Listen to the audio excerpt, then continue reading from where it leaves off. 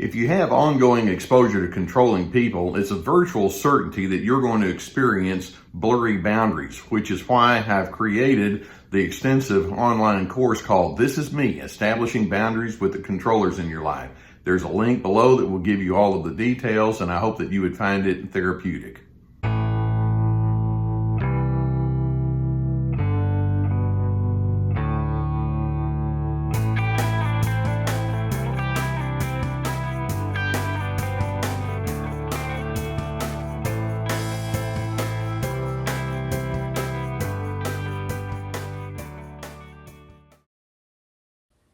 I want you to think back upon some of the times that you've had strain and conflict and difficulty with the narcissist. Probably you don't have to stretch your memory to come up with some illustrations on that. And as you try to talk with that narcissistic person about whatever is on your mind, how open is that individual to receive your input? How perceptive are they as you try to explain what it is that's on your mind? How eager are they? How curious are they to know who you are and what you feel and what your interpretations are? Now, of course, as I say that, you can just kind of roll your eyes and say, Dr. C, you already know the answer to that question. They don't do that. When you're in conflict, when you're in a place of difference with a narcissist, there's one problem that will arise very easily that will get you in trouble every single time. And that's simply this. You wish to tell them the truth about who they are. And when you do that, it's like, oh, the narcissist is not going to receive that well at all. I mean, there's so many things that I know that you wish that you could say to that narcissist, and not only does it not get received well, but it just leads to a lot of strain and difficulty. You wind up being in the doghouse. No offense to Gus on that. I mean, for example, you may want to say something like, you're being unreasonable in the way that you're talking with me. Come on, let's just be calm and steady about this. Like, nope, they don't do that. Or you might want to say to them, your depiction of who I am or what's been happening between you and me is not accurate. I'd like to talk with you about what really has happened. Or you have some serious anger issues, or would you please stop being so defensive and just listen? It's okay. I'm not trying to ruin you. Or you might want to say things like, the things that you say about me are taken way out of context. Please, can we just have some realism as we talk about whatever is going on between you and me? Or you may want to say, you've been misrepresenting me to other individuals, and I'd like for that to stop. Or you may want to tell them the control issues that you bring to the equation are ruining our relationship. Can we please go into a different direction? I mean, there's so many different things like that you would wish to say that are truth, and you want to explain that to the narcissist, and it doesn't go well. And not only does it not go well, but they're going to come down on you with a vengeance. Now, I want you to understand this very clearly. If there's nothing else that you hear in this video today, it's simply this. Truth and narcissism cannot coexist. Okay, you hear that? Truth and narcissism cannot coexist.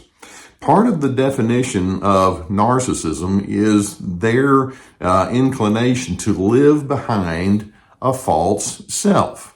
Narcissists are very self-absorbed. They're very controlling, and they show no empathy. They want to be superior and all of that. But beneath all of that is a hidden insecurity. And in their minds, it's like, there is no way I want to expose any of that. And if you go way deep into their personal past, you realize this construction of a false self begins very early in their life.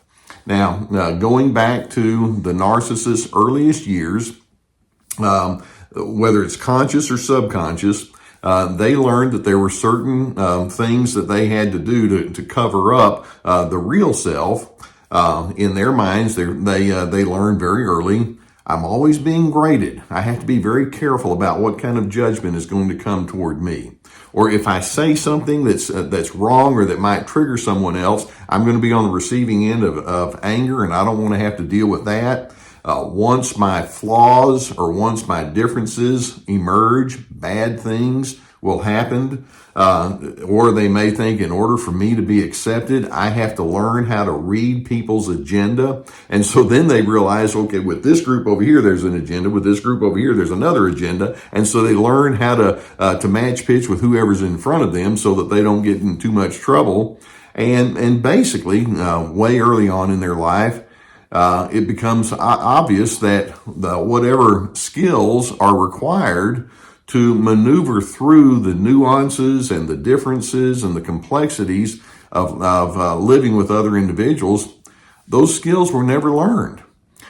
In fact, if anything, they would say, well, if they could be honest, I would actually feel embarrassed to admit that I don't know how to handle things. I have a lot of uncertainty. I have a lot of fears that guide me, and I don't know what to do with it. And so what they do is they go into compensation mode. This is the false self. The narcissist, way early on, and then throughout adolescence, and then deeper into the adult years, they've decided, I'll try to look the part of someone who's together when I have to, and I'll just be whatever I need to be with respect to whatever the situation warrants. They also think to themselves, all this anger inside of me has to go somewhere.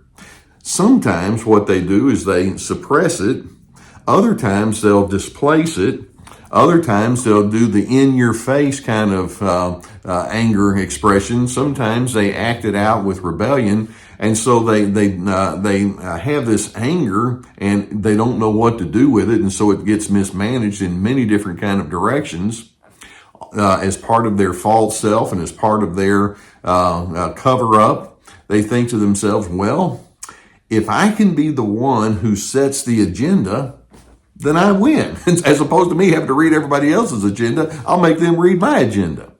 And so they go deeper and deeper into their adult years thinking, I will not let you see my struggles, and I'm going to keep all of my fears and strains and tensions to myself. And then the net result of all of this is people don't really know the narcissist through and through, because the narcissist isn't going to really let them know what lurks beneath.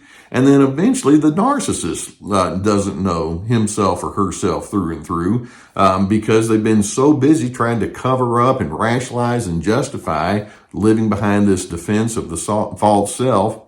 It becomes so important to that narcissist to project an air of invulnerability or an air of togetherness or superiority that honesty is something that just is lost on them completely. And then certain key phrases are not allowed inside the mind of that narcissist. For example, the narcissist cannot say phrases like, I'm struggling. The narcissist can't say, I just wish others could accept all of me, not just the portions that look good. Or the narcissist is not able to say, I don't know how to handle my emotions. I feel inept, but I can't let anybody know about my feelings of ineptitude. So, in conflict, you show up and you say something like, can we just be honest with each other? And what you're doing when you bring that kind of thinking and communication to the table is you're blowing their cover. The narcissist is thinking, there is no way I'm going to reveal, much less explore, my frailties, my humanities. In order to do that, they would have to have a certain amount of humility. They would have to have a natural inclination toward self-reflection or analytical thinking or insight. They would have to have a commitment to true maturation. And instead, all you're going to get is irrational defensiveness. You know that you're going to, each time you touch their psychological nerves, you're going to get some sort of painful response from them. They tend to lash out in anger. They'll hold you in contempt. They'll play the victim card constantly. Look what you're doing to me now. They will ghost you perhaps. And how many times have you had situations where you're trying to confront a narcissist where they just stop talking to you? They may leave the room. They may refuse to respond to text or emails or whatever ways that you try to get in touch with them. They'll work overtime to gather enablers around them, and then they'll also work overtime to smear your reputation to other individuals. They can punish you through all sorts of silence or sabotage. It's ugly. So the number one way for you to get in trouble with a narcissist is simply say, let's talk truth. And when you think about that, it's like, well, if we can't talk about truth, then we don't have any way to go in building a healthy relationship. Wouldn't it be nice if that narcissist could actually say, I really do have difficulty in dealing with life's complexities? They can't do that. So when you attempt to talk truth to a narcissist, knowing full well that it's going to create problems that just are not going to go away, they're going to be repeated over and over, I hope that you can realize, I realize that I may have come way too late in the game for you. You didn't learn how to manage truth well at all. I see your pain, but I can't in good consciousness play along with your game of perpetuating the false self. I'm not going to be your enabler. Therefore, I need to go ahead and be my healthy self. And if you're not able to join me, I think that's sad, but I'm going to move forward anyway. And I hope that videos such as this can give you some good awareness of what you're dealing with. Knowledge is power, and the more you're able to understand what you're up against, then the more you can make your better alternative plans. If you've not already done so, I would encourage you to hit that subscribe button and the notification bell that goes along with it. Gus and I will bring more videos in your direction. If you have a need for therapy, and I know many of you, as you watch videos such as this, you have issues that come to the surface within you. And if you would have a desire, we have the people at BetterHelp.com that can help you out with that. We have a link below that will take you to their website. Online therapy these days has become very powerful and effective, and it's actually affordable. So if you have that need, go beneath and you'll have the link that will take you to a whole team of licensed professional therapists that you can choose from. Also, I have my therapeutic courses, my classes that are online, and with each one of them, there are multiple videos and written materials and guided questions. Ready, Set, Connect about having healthy connection skills. This is me about establishing your boundaries. Free to be about finding yourself despite the controllers. We have my podcast now. For those of you who are in the podcast world, we have books and other resources below. So I really do appreciate you allowing me to be a part of your journey. When I say that, I say that with sincerity. I mean that. Okay. You can't have good relations if you don't have truth. Narcissists left truth behind a long time ago. That being the case, I hope you can recognize what you're dealing with and move on into your direction of healthiness. And in doing so, I hope that you can stand for dignity, respect, and civility. There will be openness and honesty about who you are. And in doing so, it positions you to be a person that a narcissist can't be, but you would be a person of peace.